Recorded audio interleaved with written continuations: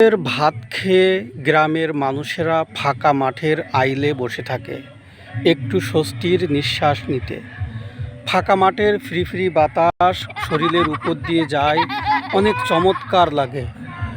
এই যে চারিদিকে আমি নয়ন ভরে দেখছি, কত সুন্দর দৃশ্য, কত ফাইন মনে হচ্ছে।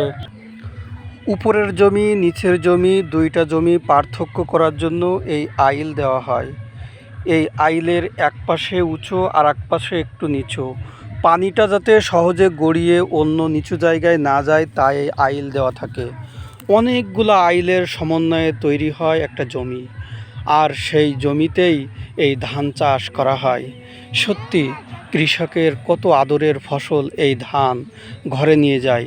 তবে দিন শেষে যদি একটু ভালো দাম পায় তখনই তাদের মুখে হাসি ফোটে, আর দাম না পেলে হাসি আর আগের মতো ফোটে না।